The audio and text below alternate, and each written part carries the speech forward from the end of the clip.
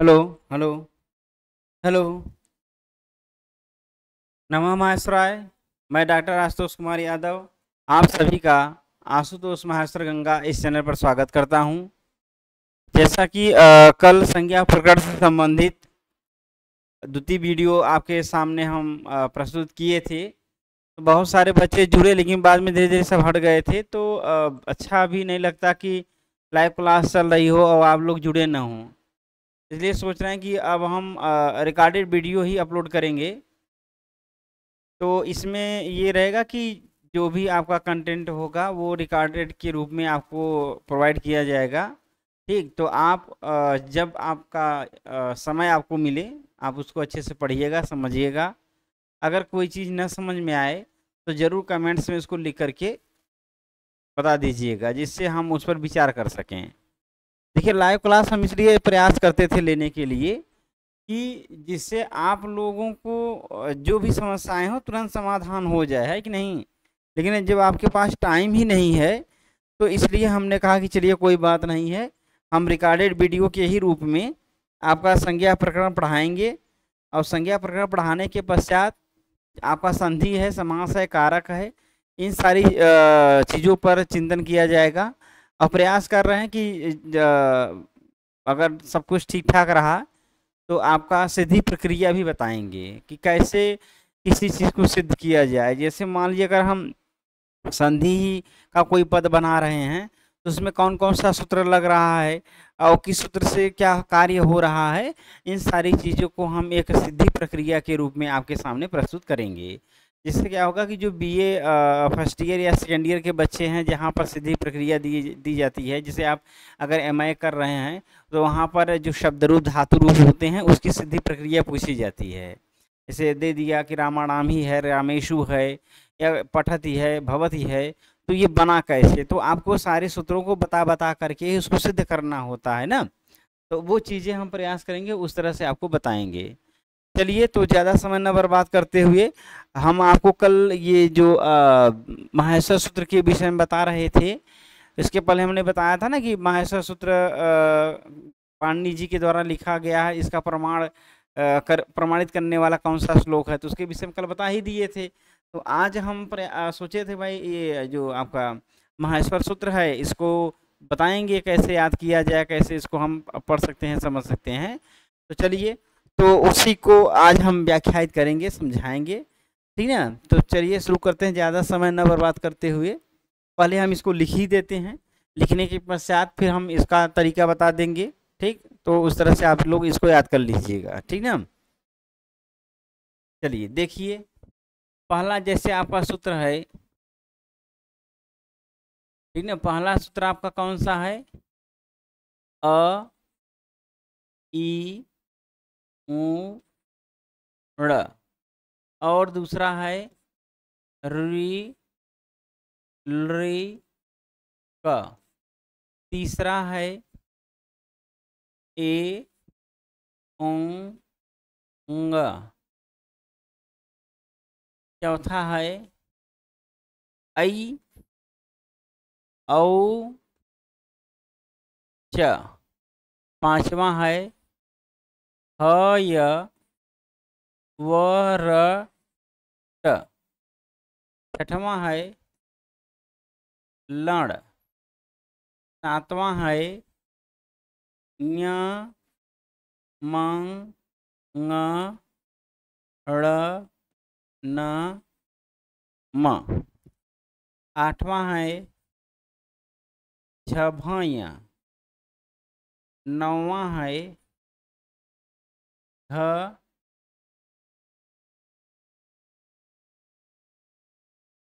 ध ध स।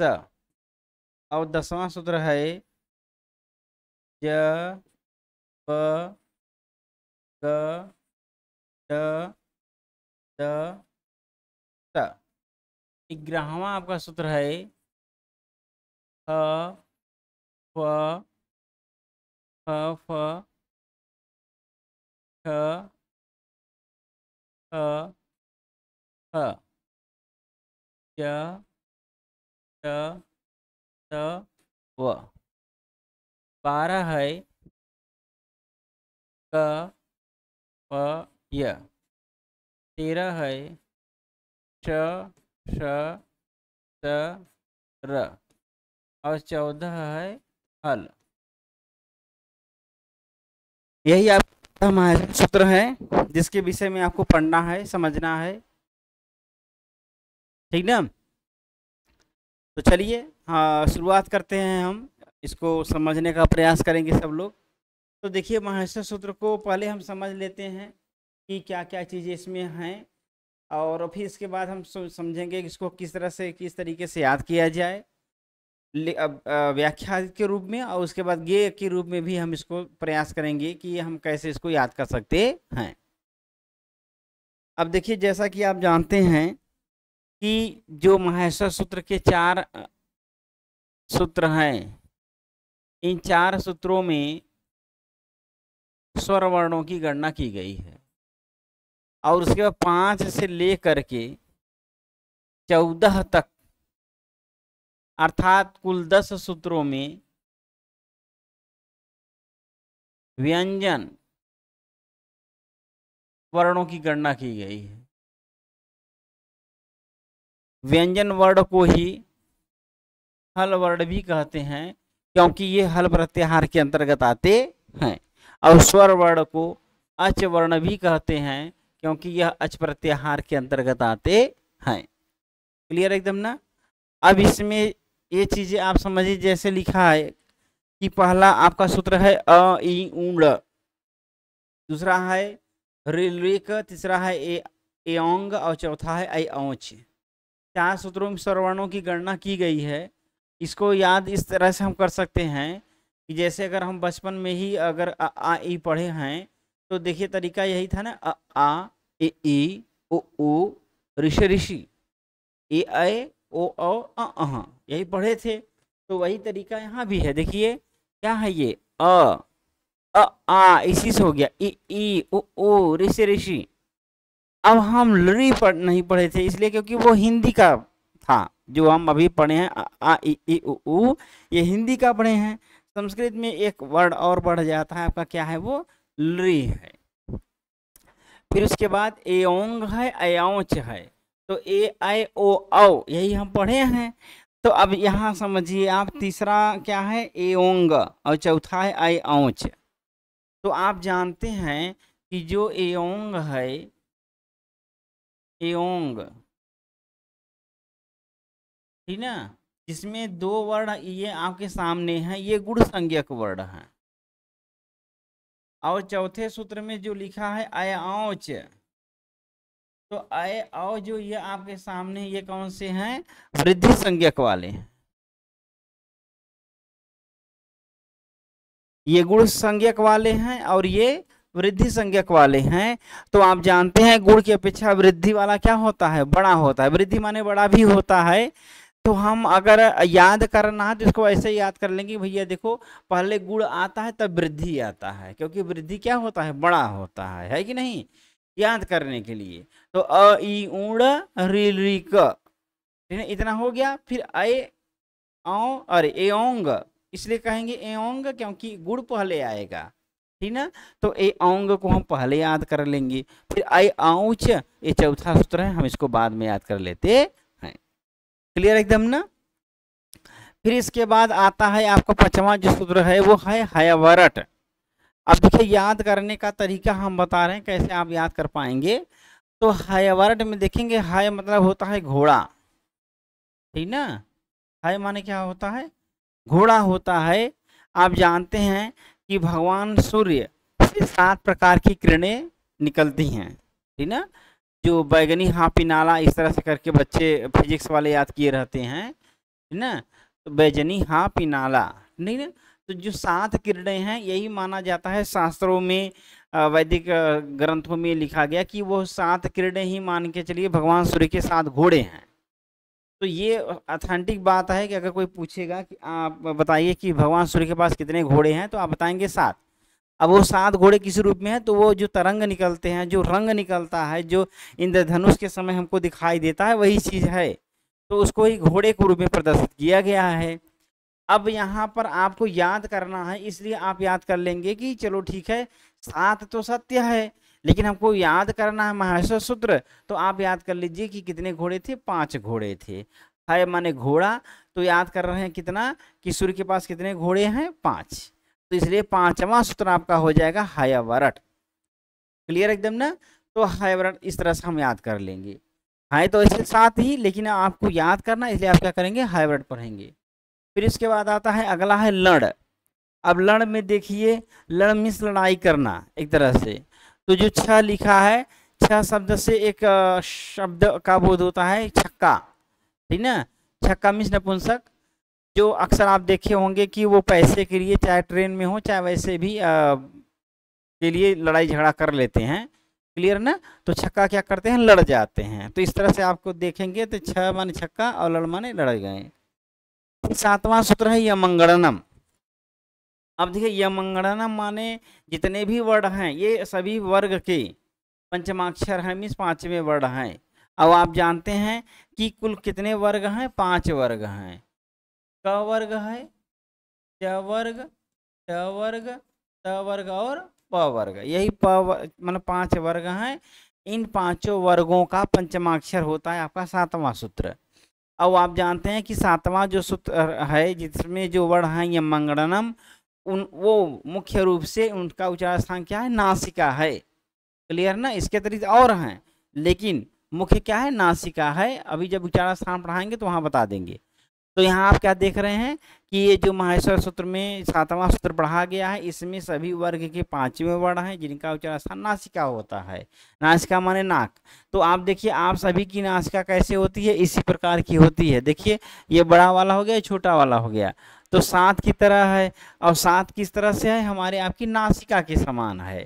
तो इस तरह से आप याद कर लेंगे कि जो 7वां सूत्र है उसमें जो वर्ण लिखे गए हैं वो कौन से हैं, नासिक के वर्ण हैं, अर्थात पंचमाक्षर वर्ण हैं। फिर इसके बाद आता है 8वां सूत्र है, लिखा है झभय। तो आप देखिए जो झ है, अगर इस झ को हम ऐसे मिला देते हैं तो यह 8 की तरह बन जाता है। या भ है तो भ को ही यहीं पर मिला दीजिए, देखिए 8 बन गया। तो झभय क्या हो गया, 8वां हो गया। 9वां में देखिए लिखा है घ ढ ध स। अब इसको समझने के लिए अब ये समझिए आप,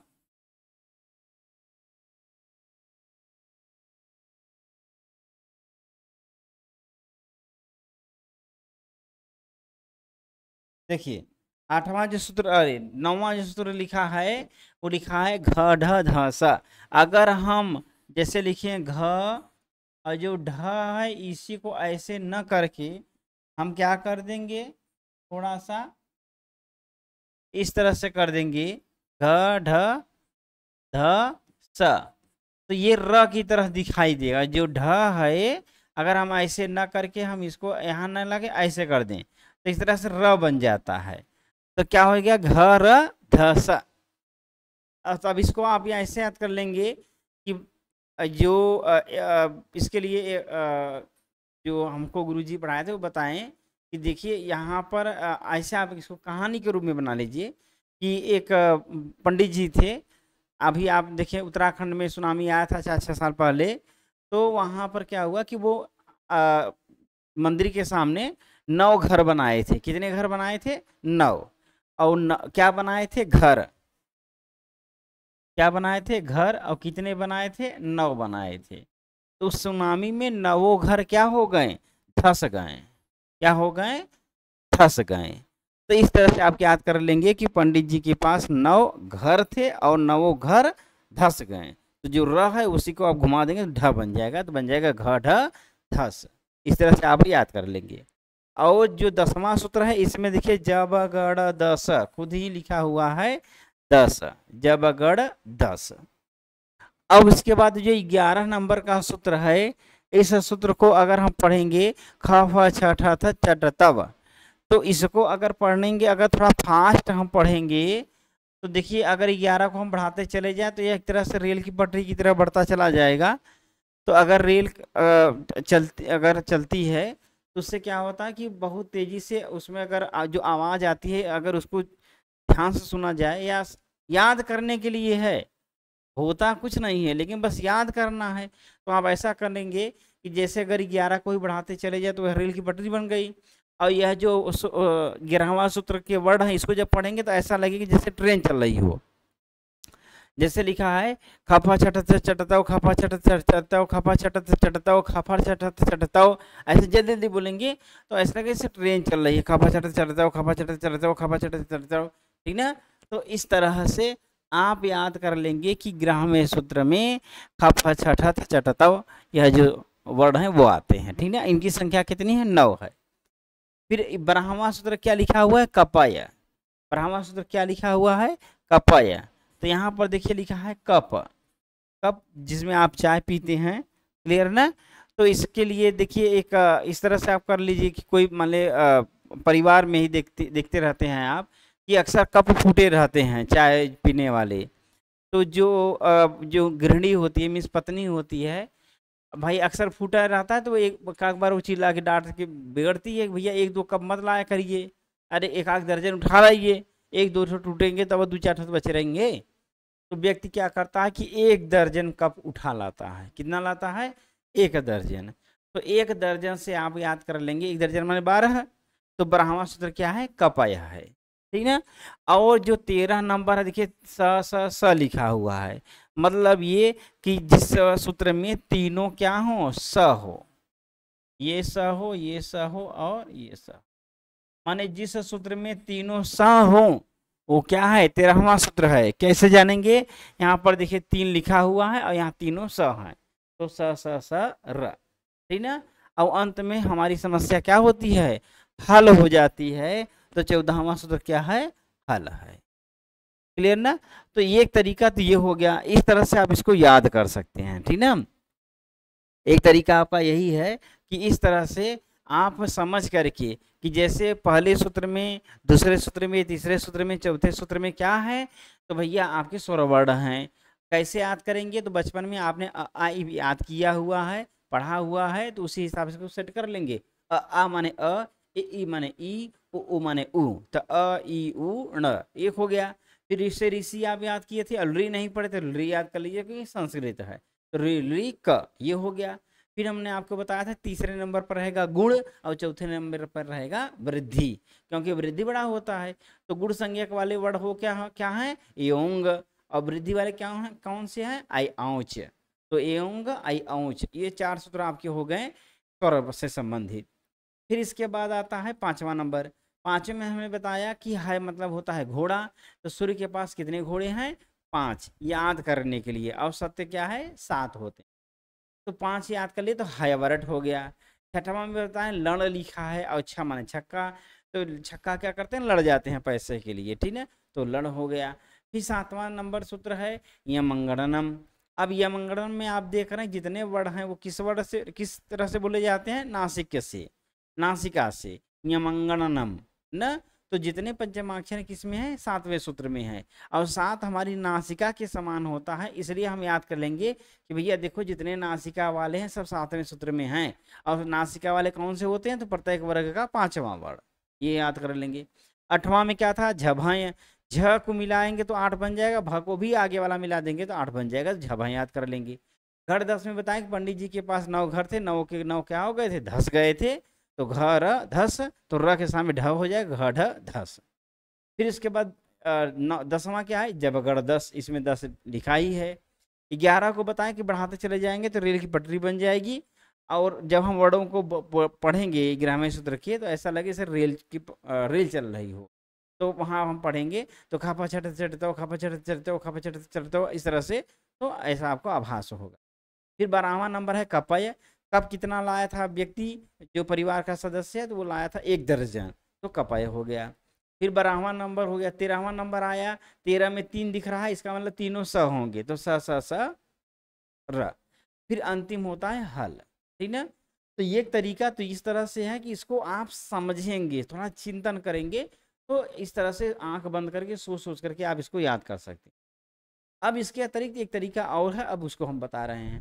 4 जो आपके सूत्र हैं उसको तो आप याद ही कर लेंगे, कोई दिक्कत नहीं होगा। फिर हम आते हैं फिर से 8वें सूत्र से पहले समझेंगे, अरे सॉरी आपका यहाँ से 7वां सूत्र से। देखिए 7वें सूत्र में क्या है, आप ध्यान से देखिए तो सभी वर्ग के 5वें वर्ण है, य है, म है, ङ है, ड़ है और न है। क्लियर ना? तो ये 5वें वर्ण हो गए।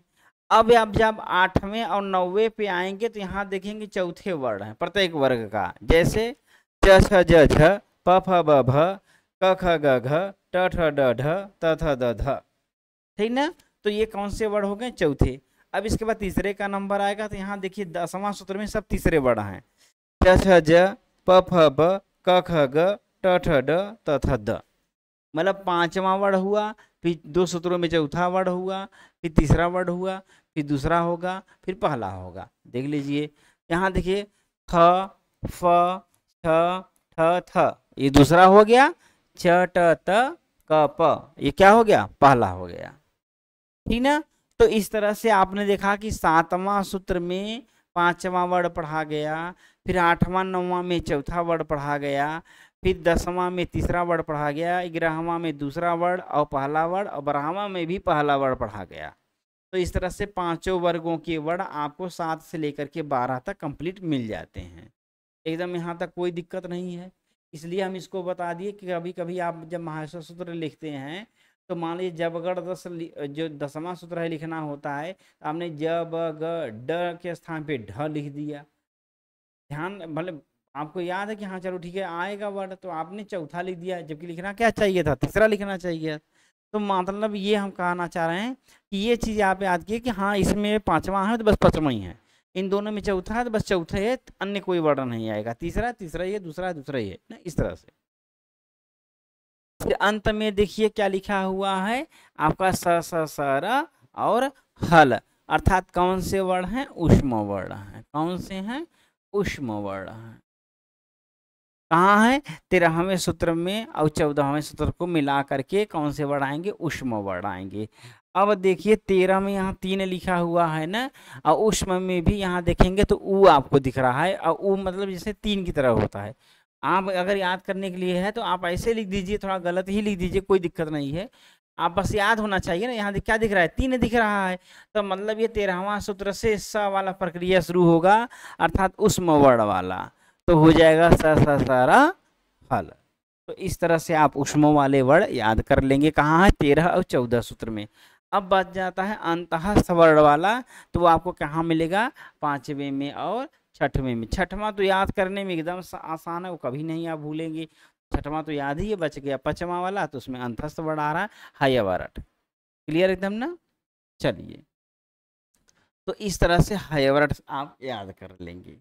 और एक चीज़ हम आपको दिखाना चाह रहे थे कि जैसे आप यहाँ गड़बड़ कभी कभार कर देते, जैसे घ ढ ध स, तो बच्चे इस स को लिखने में कन्फ्यूजन कर जाते हैं। कभी वो ये वाला स लिख देते हैं, कभी ये वाला स लिख देते हैं। तो आपको ध्यान देना है कि आपको कौन सा स लिखना है? मूर्धन्य सकार लिखना है घ ढ ध स में। कैसे याद करेंगे? देखिए जब आप क ख ग घ अंग पढ़ते हैं, ठीक ना, तो वहाँ पर आप देखेंगे इसे ये है, अरे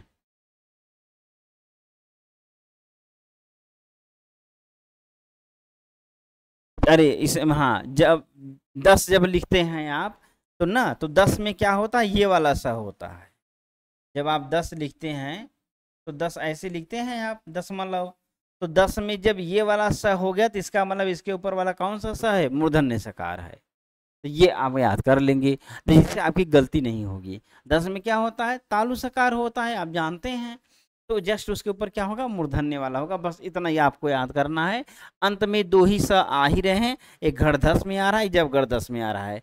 ये जो सरवता वाला या संतोष वाला स है, ये कहीं नहीं आ गया, अंत में 2 ही आते हैं। तो 10 में जब तालु हो गया तो वहाँ मूर्धन्य हो गया। इस तरह से आप याद कर लेंगे, ठीक ना? चलिए, और तो नहीं कोई है, ठीक ना? इस तरह से आप इसको चाहे वो तरीका अपना लीजिए या ये तरीका आप समझ लीजिए कि 5वां, चौथा, तीसरा, दूसरा, पहला, फिर ऊष्म, और फिर 6वां तो लड़ाइए है, और 5वां जो बच गया हाइवरट हो गया। तो इस तरह से मंथन करना है कुल मिलाकर के। जहाँ 1 बार 2 बार आप चिंतन किए आपको याद हो जाएगा, और 2 से 3 बार आप लिख लीजिए और अच्छे से याद हो जाएगा। चलिए और चीज़ें अब देख लेते हैं इसके विषय में और हम क्या कर सकते हैं।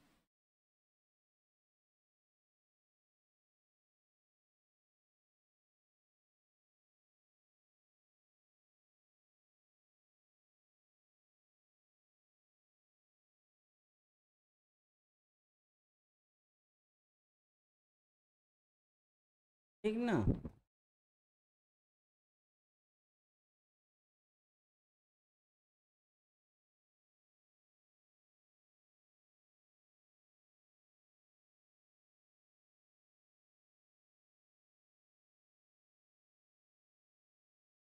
चलिए अब देखिए, दो तरीका हमने आपको बता दिया याद करने का।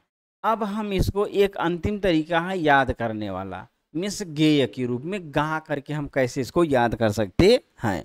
अब गा करके याद करने के बाद हम फिर आपको एक तरीका बताएंगे कि तरीका क्या, अब बताएंगे इसमें कितने कितने हम प्रश्न बना सकते हैं और उन प्रश्नों का आंसर क्या होगा। क्लियर ना। चलिए अब गाने के लिए देखिए, एक सोहर गीत होता है गांव में, बच्चा जब पैदा होता है तो लोग सोहर गाते हैं, ठीक ना, उसी पर आधारित है। तो हम उसको बता दे रहे हैं कि कहाँ कहाँ आपको रुकना है और कहाँ आपको उच्चारण करना है। क्लियर ना। पहले तो आप यहाँ तक, अरे यहाँ आपको रुकना है एक बार, अ यूण रिलिक एवंगा अयौच ना।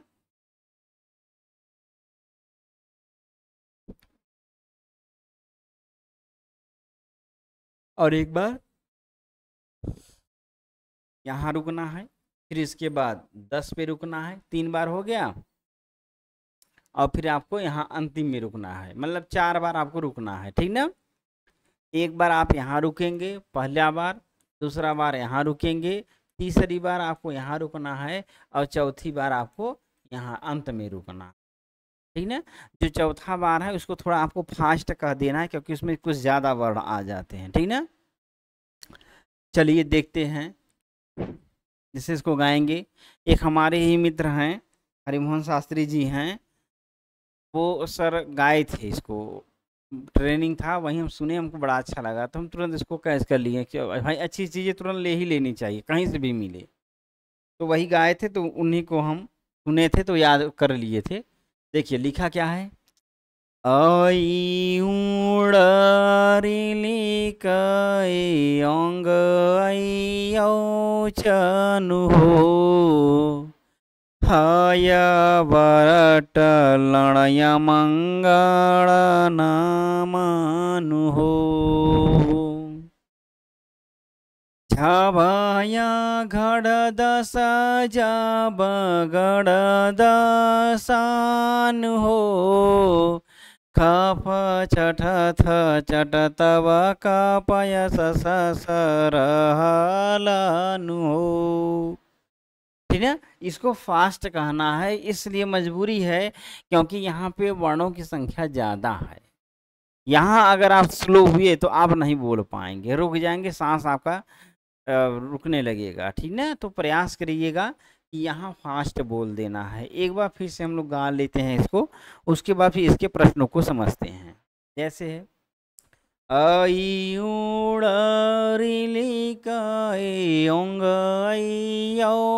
चनु हो, हाया वरट लणय मंगल नामनु हो, झभया घड़ दस जब गड़ दसान हो, कफ छठ थ चट तव कपय सरहलानु हो, ठीक। ये तरीका है, इस तरह से आप कह करके देखिए, एकदम शुद्ध एक एक वर्ड को बोला गया है। तो इस तरह से आप भी इसको याद कर सकते हैं। तो हमने 3 तरीका आपको बताया, ठीक ना। पहला तरीका यही रहा कि जो अ आ ए ई हम पढ़े ही हैं बचपन में, तो अ ई उण लिख ए ओंग अयौच उससे हो जाता है, क्योंकि अ आ ए ई उ ऋषि ऋषि, तो अ से आ ई से ई उ से उ और ई से ऋषि हो गया, और री हो गया एक नया वर्ड क्योंकि संस्कृत का है ये। फिर इसके बाद आता है एओंग, ये हो गया गुड़ वाला, आई औच वृद्धि वाला, वृद्धि बढ़ा है चौथे नंबर पे आ जाएगा। फिर हायवरट में हमने बताया कि हाय माने होता है घोड़ा, सूर्य के पास 5 घोड़े, इसलिए वो हम याद कर लेंगे हायवरट। लड़ में 6, 6 माने छक्का, लड़ जाते हैं तो लड़ हो गया। 7 हमारी नासिका के समान है, तो नासिका वाले वर्ड 7वें सूत्र में आएंगे, यमंगणनम हो गया। झभाए में झ को मिलाएंगे अथवा भ को मिलाएंगे तो 8 बन जाता है, तो 8वां सूत्र है झभाए। घरधस में घर ढ को र बना देंगे, बन जाएगा घरधस। अब घरधस क्या हुआ था, तो हाँ पंडित जी का नौघर धस गया था, तो घरधस हो गया। तो घरधस आप 9वां सूत्र। जब घरधस में 10 दिख ही रहा है, इसलिए उसको याद कर लेंगे। फिर 11वां हम क्या किए थे, 11 को बढ़ाते चले गए, रेल की पटरी बन गई थी, और उसके वर्डों को जल्दी जल्दी पढ़ते तो ऐसा लगता है जैसे रेल चल रही हो, तो खफा चढ़ते चढ़ते हो, खफा चढ़ते चढ़ते हो, खफा चढ़ते चढ़ते हो, इस तरह से हो जाएगा। 12वां नंबर पे क्या है, कप आए, कितना कप आया था, 1 दर्जन अर्थात 12। 13वें में लिखा हुआ 3, और 3 से याद होगा स स स, क्योंकि तीनों स इसमें आते हैं। और अंत में समस्या होती है हल, एक तरीका।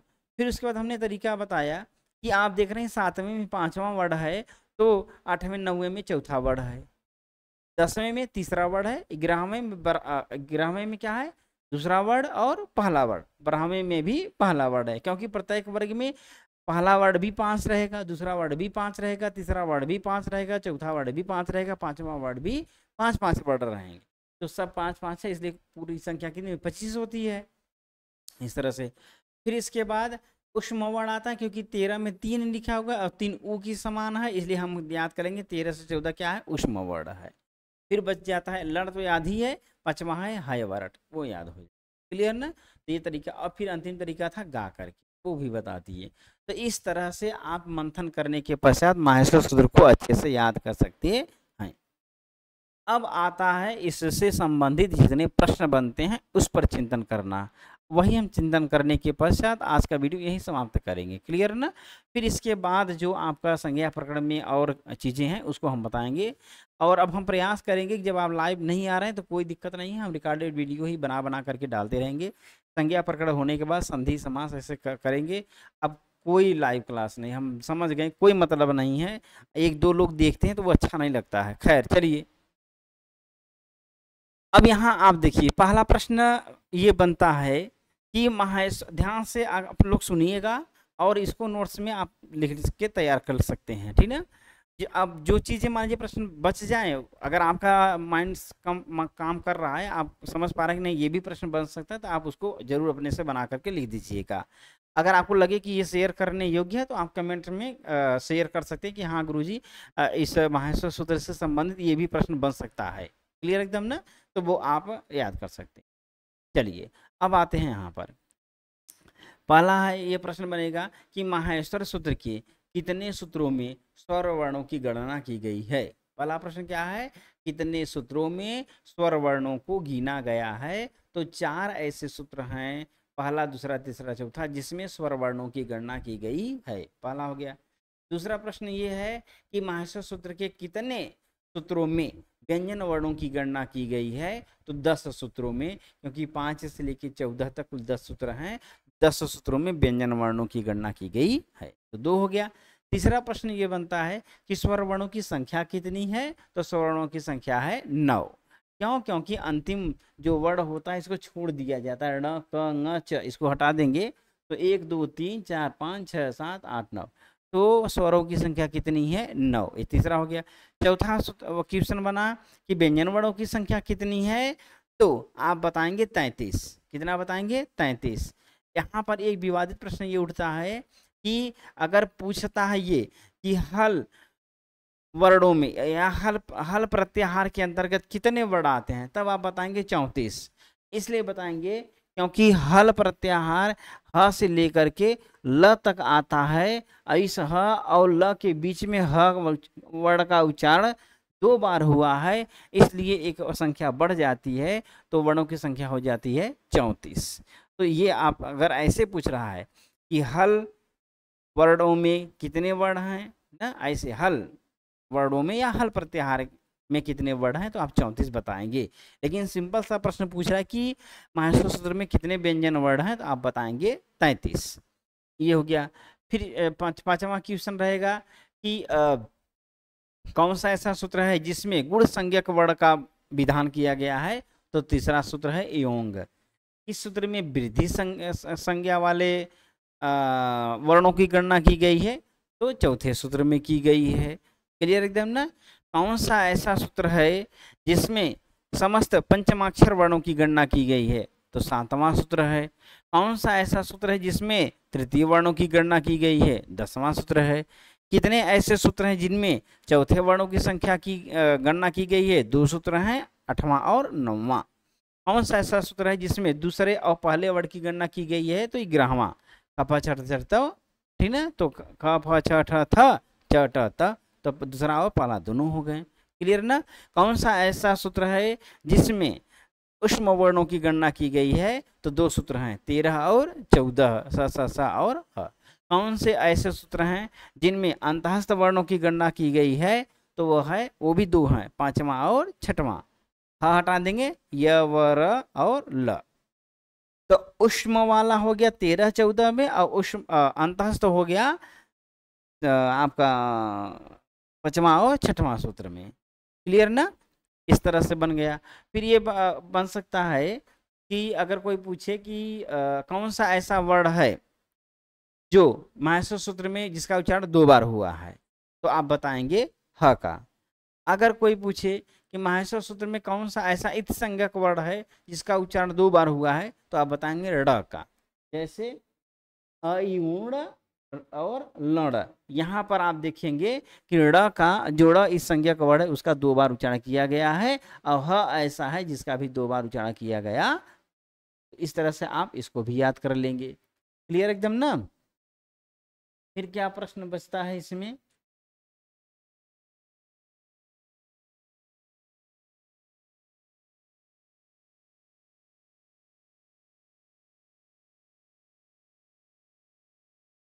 अब तो लगभग हमें लग रहा हो ही गया है। हाँ, माहेश्वर सूत्रों की संख्या के विषय में ज्यादातर प्रश्न पूछा जाता है कि माहेश्वर सूत्रों की संख्या कितनी है? तो आप बताएंगे 14 ही है। और एक प्रश्न ये बनता है माहेश्वर सूत्र में इत संज्ञक वर्णों की संख्या कितनी है? तो भी आप बताएंगे 14। क्यों? क्योंकि सबके अंत में देखिए आपका क्या है? इत संज्ञक वर्ण है। ऐशामंत्यायितः भी आएगा तो अंतिम वर्णों की क्या संज्ञा होती है? इत संज्ञा होती है। तो इसलिए 14 क्या है इसके आपके? इत संज्ञक वर्ण है। हाँ, अगर मान लीजिए कि ऑप्शन में 15 है, 14 ऑप्शन में नहीं है, 15 है, तो आप 15 लगा देंगे। जैसे 15 16 17 18 मान लीजिए ऐसे है, तो आप 15 को टिक कर देंगे। क्योंकि एक सूत्र पढ़ा गया लड़ मध्य तू इत संज्ञा का अभी आएगा, तो लड़ के मध्य में जो अ है इसकी भी इत संज्ञा मान ली जाती है उस वृत्ति के माध्यम से, इसलिए एक और इत संज्ञा का वर्ड बढ़ जाता है, तो हो जाते हैं 15। अगर लेकिन 14 15 दोनों हो, मान लीजिए ये हो और उपयुक्त दोनों लिखा होता तो दोनों लगा दीजिए। अगर 14 15 16 17 लिखा हो तो आप सिर्फ 14 ही लगाएंगे, 15 तब नहीं लगाएंगे। क्लियर ना? तो इसलिए इस संख्या का वर्णों की संख्या कितनी हो जाती है? 14 हो जाती है। ठीक ना? चलिए, और एक चीज ये बन जाएगा कि माहेश्वर सूत्र के अंतिम वर्णों की कौन सी संज्ञा होती है? तो आप बताएंगे इत संज्ञा होती। ठीक ना? और इसके लिए अभी आएगा वृत्ति आएगा, उसको हम बताएंगे आपको। ठीक है? अब एक ये भी पूछा जाता है कि माहेश्वर सूत्र में जो व्यंजन वर्ण हैं उसमें ह का प्रयोग क्यों किया गया है? तो इसका आंसर होगा उच्चारण के लिए। अभी आएगा हकार आदि स्वकार उच्चारणार्थ आएगा। फिर एक प्रश्न और इससे बनता है कि उच्चारण हो गया। चलिए, और बाकी देख लीजिएगा, अगर कोई प्रश्न बने आपसे तो जरूर उसको बना लीजिएगा। तो आज के लिए देखिए माहेश्वर सूत्र से संबंधित जो चीज़ें थी हमने आपको बता दिया, याद करने का तरीका भी, क्वेश्चन भी बता दिया। अब इसको हाँ एक चीज़ और बन जाता है कि माहेश्वर सूत्र लिखने का मूल प्रयोजन क्या है? तो आप बताएंगे अण आदि प्रत्याहारों का निर्माण करना। ठीक ना? ये सब अभिवृत्ति में आएगा। तो चलिए, आज के लिए बस इतना ही। आप इस वीडियो को अच्छे से अध्ययन करिए। जितने लोग हैं अब लाइव क्लास नहीं ले पा रहे हैं तो रिकॉर्डेड वीडियो हम आपको प्रोवाइड कर दे रहे हैं। आप इसको जरूर याद पढ़िएगा, ध्यान से मन से समझिएगा। कोई समस्या हो तो ग्रुप में मैसेज कर दीजिएगा, अगर मान लीजिए आप ग्रुप से हट करके कोई भी बच्चे कहीं के भी हैं, तो आप कमेंट्स में ज़रूर लिख करके भेज दीजिएगा कि हाँ सर जी ये चीज़ें नहीं समझ में आई, अथवा आपसे ये चीज़ छूट गई है, आप इसको भी ऐड कर सकते हैं, या आपने यहाँ ये गलत बता दिया है सर, इसको इस तरह से बताया जा सकता है, या इसका समाधान अन्य तरीके से बताइए। तो उस पर ज़रूर हम चिंतन करेंगे, विचार करेंगे और आपकी समस्याओं का समाधान करने का प्रयास करेंगे। तो चलिए आज के लिए बस इतना ही। आप सब लोग खुश रहें, मस्त रहें, अच्छे से रहें, पढ़ाई लिखाई आपका अच्छे से चलता रहे। ठीक, तो नमः माहेश्वराय।